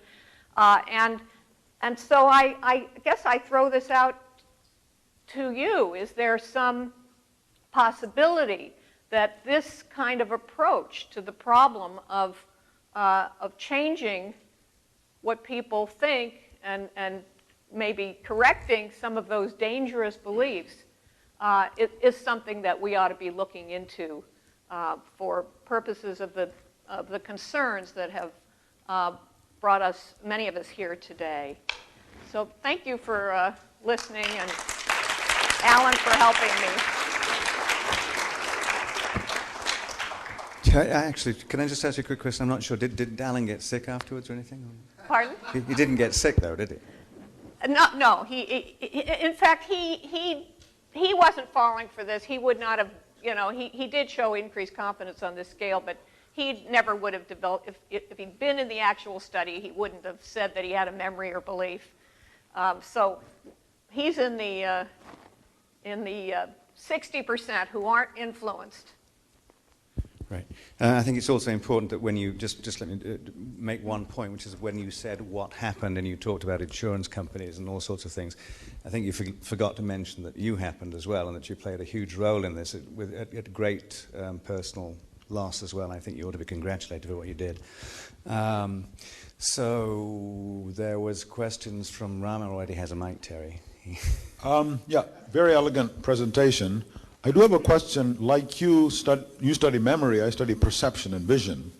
And what strikes me about human memory, in addition to what you said about the fallibility, is how extraordinarily reliable it is. And if it had not been otherwise, we wouldn't have survived.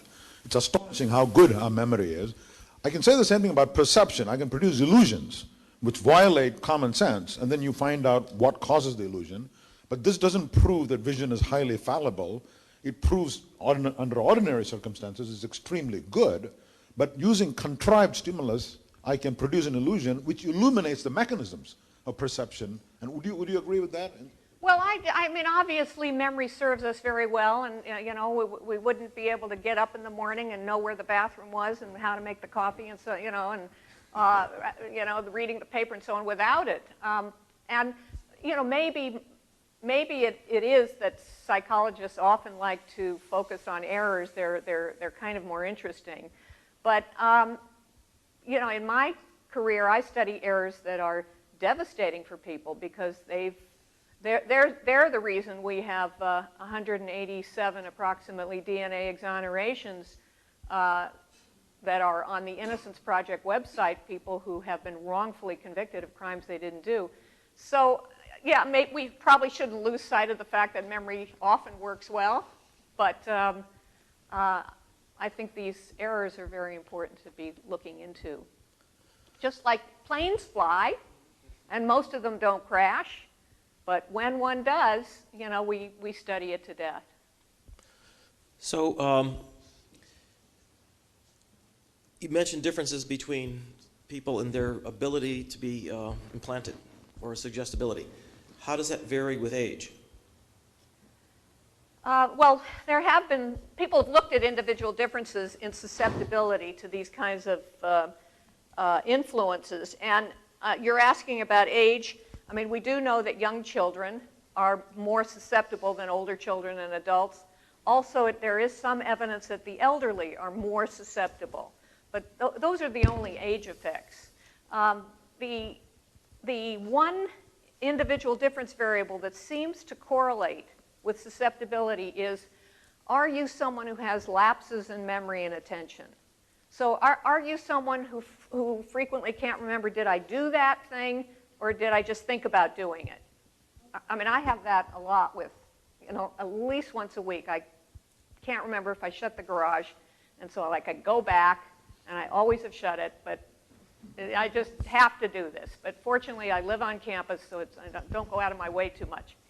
That could be a problem if you commute a long distance. But if you're somebody who has lapses in memory and attention, you're more susceptible. The correlations aren't, you know, they're statistically significant, not great, on the order of 0.3, 0.32. And that's about the best we can find as an individual difference. Do you find a correlation between susceptibility to implanted memory and whatever might be the index of measure for their capacity to believe without evidence? And I ask that because I don't see much of this in the New York market where I'm from, but when I travel across the country and then I channel surf the television, there's these no end of stations that have just sort of continuous coverage of preachers in very large venues repeating sort of the same message and the same idea in multiple ways persistently to an audience that is rapt by this that's going on. And I'm just curious, you were asking whether an implanted memory might serve some greater good. Is that easier or harder to implement than just simply telling someone the same message over and over and over? And if there's a sort of a gullibility factor, then that might be just all it takes to change someone's mind. Right. Well, I don't know that because I don't know that anybody's looked at that. But your comment did make me want to mention that one of the people who was very active in the repressed memory business, supporting the, you know, some of the accusers who'd come up with this satanic ritual abuse. You know, I watched an awful performance by him on Sally Jesse Raphael about 10 years ago, is today making people believe that they're possessed by the devil and they should pay him some money for exorcisms. And if we weren't being taped, I'd say his name, but I don't need another lawsuit. So how, isn't there some work that shows that you can possibly distinguish a false memory from a real memory? Is Danny Schachter's work I'm thinking of. I can speak to that. And if somebody like Richard was in a Persinger setup, I mean, could they have told whether Richard was having a bogus experience or... Well, you know, Richard presented the data. He just happens to be in that one group that didn't. But he's not. We don't have to do a psychoanalysis of Richard. No. I mean, we haven't the time for that. Maybe for other reasons, but not because of that. So, in other words, can one distinguish between the neuroimaging of true and false memories? Yes. Well, interestingly, one of the first studies that looked at this was with relatively pallid materials. That is true and false memories for words that you had heard, and you need to use these simple materials because obviously you need lots of true memories and lots of false memories so that you can compare the signals. And although some time ago Schachter did report using PET that there were common areas that were activated, but also some dissimilar areas for the true and false memories. He took it back a few years later when he did fMRI, doing a similar kind of study. There are statistical differences between true and false memories, but there's so much overlap in the distribution that there is no way you're going to be able to take a single memory and reliably classify it as true or false, at least not for a long time. You actually haven't spoken. Can you talk about the relationship between the suggestibility and hypnotizability and dissociative symptoms? One group found a correlation between susceptibility to these kinds of manipulations and your scores on the creative imagination scale, which is thought to be a measure of vividness of visual imagery and hypnotizability. And so there may be some relationship there with hypnotizability. Katie, could you give? Mark Lovendale, a researcher, Preventive Care Institute. One of the things that we work on is the study of migraine headaches. And there is significant double-blind studies in the literature of the Lancet showing that migraine headaches are caused by a delayed type of allergic reaction to foods. And yet we're faced today with an medical industry that often has convinced their patients that their migraine headaches are caused by past life experiences. And so I commend you for the work that you've done, and much more needs to be done because this is still going on. It's still a great problem. Well, it's interesting you mentioned the past life because, you know, there is many masters, many lives or whatever. You know, there are the people out there, if you end up with a past life therapist, you end up with past lives. And if you end up with a satanic ritual abuse therapist, you end up, you know, with SRA memories. And if you end up, you know, with an alien abduction kind of person, you end up getting that set of beliefs reinforced. There's often some sort of kind of therapist or guru type figure that helps to facilitate and encourage and fuel these beliefs. Okay, Bill? Yeah. Bill Hurlbut from Stanford. It seemed to me watching your film that basically the power of your procedure was in the authority of the computer. And it struck me watching that the computer stood for science in a strange sort of way. Now, in other words, something was telling the individual that something was more true than what they sort of knew by their natural personality. And obviously a lot of beliefs are based on authority, whether they be religious beliefs or scientific beliefs, and they form this cosmology that was spoken of earlier. And what I want to ask you, it's sort of a vague question, but how do you see all this working in the large realm of what was called in the general sense myth? And is it possible, is it just as easy to extinguish what are true beliefs as it is to implant false beliefs? And maybe that's what's going on in transformations of mythic structures within societies. Well, first on the comment about the authority of the computer, the way we came to that methodologically is the first of these very rich false memory studies that I did involved participating with the relatives of my subject. You know, we'd actually talk to the mother of a subject. We'd get some true memories from the mother. Then the mother would help us make up some details about a false memory that we could plant. We'd go to the subject, an adult saying, we've talked to your mother, and your mother said these things happened to you. We want to see what you can remember. And that was and we found about, you know, a quarter of the time we could plant the false memory of being lost for an extended time and frightened and crying. But it was a tedious method because we had to go out there and find the subject and get the subject's relative, and every single subject was a very time-consuming enterprise. And so we kind of looked for a way that we could have that authority without having to really talk to the parents. And that's how come we came up with this idea of let's get all these data and give them false feedback about their data from the sophisticated computer. And I do think that's part of the power of this technique. You get people to think the thing is plausible, you get them to believe it happened to them, and then you engage them in processes like guided imagination, which I was trying to do with Alan, that puts sensory detail or sensory meat on the bones of this belief system, and pretty soon you got a whole big memory going. And now, I haven't thought much about how it might, work in the difficult problem of these dangerous beliefs that are leading people to do very bad things to other people. It's not that I haven't thought about applications. Some other work that I haven't told you about, we showed that we could make people plant a warm, fuzzy experience with a healthy food, asparagus, and we could get people to want to eat more asparagus. And when that result got publicized, I got contacted by the largest wholesaler of fruits and vegetables in this country. And they said, we got these foods that people really don't want to eat, rhubarb, leeks, and can you help us figure out how to, make people want to eat leeks and rhubarb? And they said they'd supply all the leeks and rhubarb that I might need for this, but what I really needed is some money for a research assistant.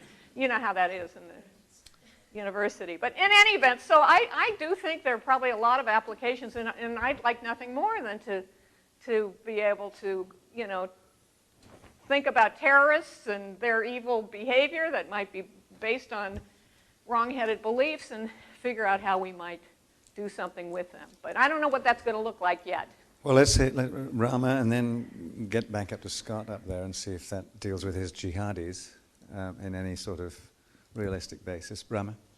Yeah, I have a straightforward empirical question which relates to your last point about fuzzy feelings.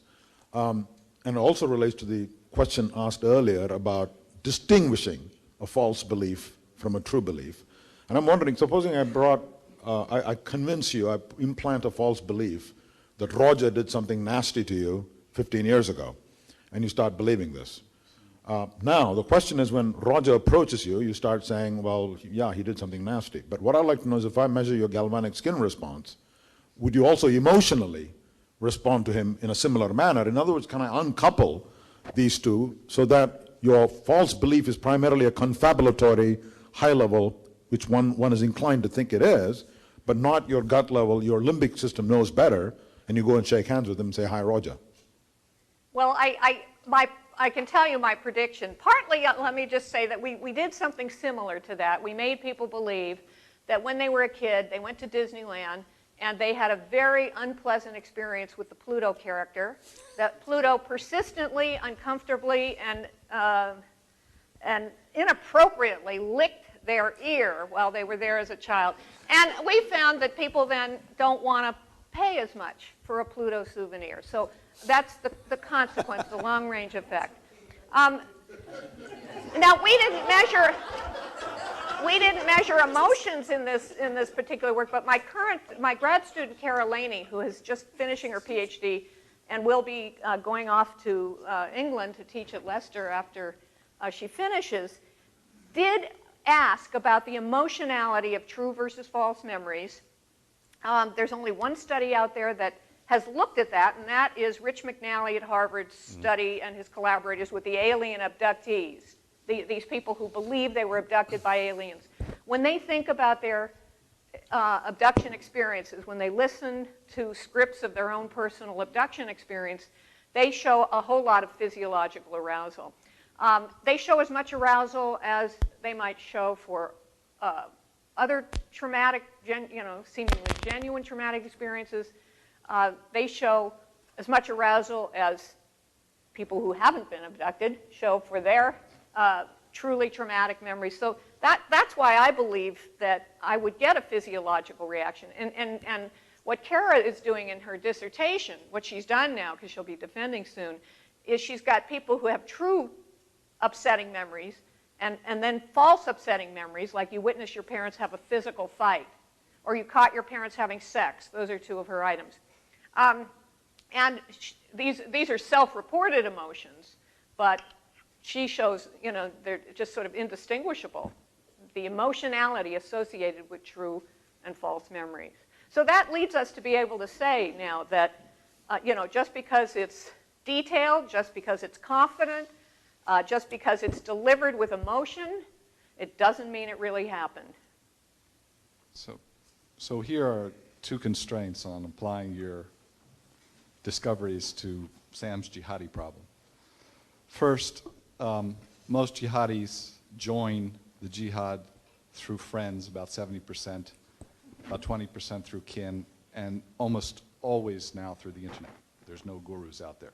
There are no recruiters. It's all enlistment. So how do you deal with that?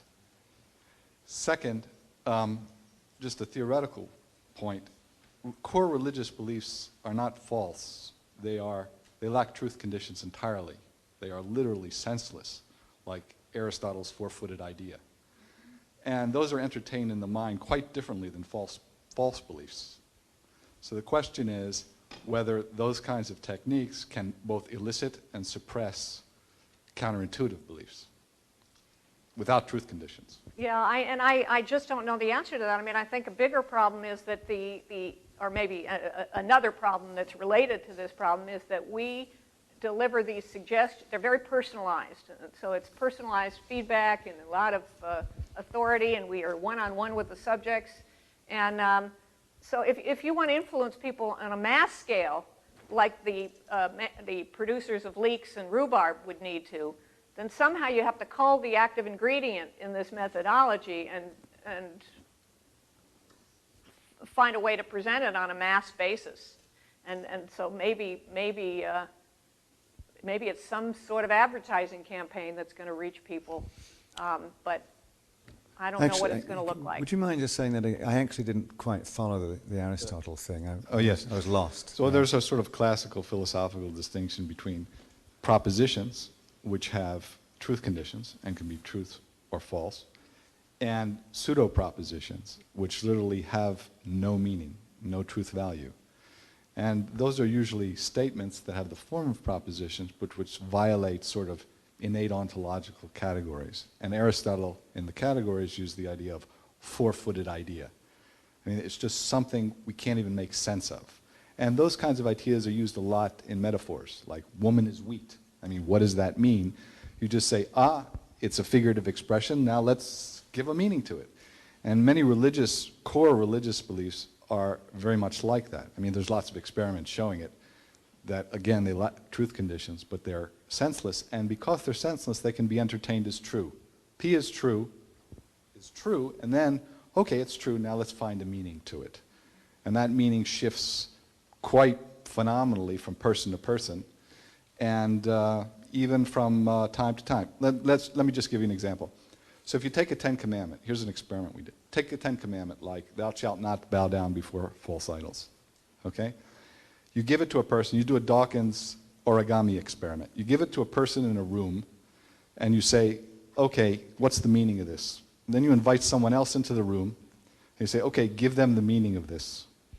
And then you do this through 10 times. And then you give a list of propositions on the board, including the 10 Commandment, the third commandment, thou shalt not bow down before false idols. Nobody recognizes it. Nobody, except autistics. They recognize it quite well, and they also do things like Mao's little red book, Let 1,000 Flowers Bloom. We do this with Chinese. Everybody has a different interpretation. They all think they're understanding the same thing. They're communicating with one another. They're emoting with one another. But no one understands the same proposition except autistics. They get it, you know, let a lot of daisies bloom kind of thing. So they're entertained very differently than just beliefs that we can falsify. And these are the core kinds of beliefs that have to be dealt with. And it's not just a simple matter of expunging them and proving them false. Sam, and then we'll go to lunch, I think. So say something appetitive. I'll try. I just thought I should briefly respond to your comment, Scott, which I found to be remarkably eloquent and really amazingly censorious in this context. I mean, it was delivered as though with the eye of omniscience. There's no one in this room who understands religion. No one is evincing the intellectual or moral character necessary to really launch the criticism that many of us are attempting. And I take issue with that, and I can certainly respond to your challenge that I am, for instance, delivering a caricature of Islam. But what I want to point out to you is that how I would not be tempted to respond. I would not be even remotely tempted to say that you should respect my beliefs about Islam, or about terrorism, or about jihadis, or about the demographics of morality in this world. That is a move that is not open to me, and it is perfectly obvious to me that the burden is not upon you to respect my beliefs. You and I disagree, and I will give you reasons for believing what I do, and you will evaluate those reasons. But we've heard from you, and we've heard quite explicitly from other people in this room these disgruntled sounds about how what I view as to be over broken taboos here, that we're not respecting people's beliefs. There's arrogance here. This is not sufficiently respectful of the very heartfelt beliefs of religious people. That is a double standard that we're paying a terrible price for. I would just invite you to reflect. When was the last time anyone in this room was admonished to respect another person's beliefs about physics, or about biology, or about medicine? We don't respect beliefs, we evaluate reasons. And perhaps now is not the moment for it, but I can assure you that I've read the Quran many times. I find it to be a document, and the larger commentarial literature, the hadith around the Quran, I find this to be a literature that makes ready sense of suicidal terrorism. I would never say that the only possible cause of suicidal terrorism is Islam or is religion. I mean, there are other examples of suicidal terrorists who are running different software on their brains, but Islam is a remarkably good piece of software to be running if you want to justify, if you want to get a cult of martyrdom and you want to justify this kind of violence. And we see this every day, and we can talk about who the 19 hijackers were and how much economics or their own backstory of oppression played in their behavior. I would say none at all, and I would say the evidence is on my side. And I've looked at your own studies, and I know the kinds of interviews you do with jihadis, and we can talk about that data. But the larger critique here of religion is that religion is functioning by a double standard. The double standard is you should be respecting people's certainties when they are totally uncoupled to evidence, when they are actually vacuous in the way that you just described, although I take issue with that. I think the claim that Muhammad heard the perfect word of the creator of the universe in his cave from the Archangel Gabriel, and now the Quran is not a vacuous statement, and it's a statement that's literally believed and constrains the thinking of Muslims. So anyway, I mean, you're a nice guy, I'm a nice guy, we can talk about this. But the problem of religion is that it really does stop conversation in many other contexts. That will be the last thing, then we go to lunch, yeah, because we actually have no more tape. Sam, I think you're running your own record. I never said anything about respecting anything. I said understanding it. And let me give you... Yes. But I never said anything about respecting those kinds of beliefs. Let me give you an example.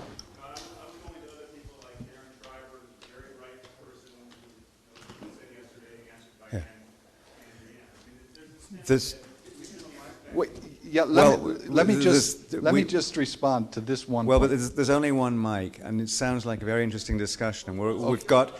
No, I'm going to actually have to tell you that we actually are just about to run out of tape. I really regret that. But we can pick this up in the afternoon session, and we'll be glad to have you exchange comments then.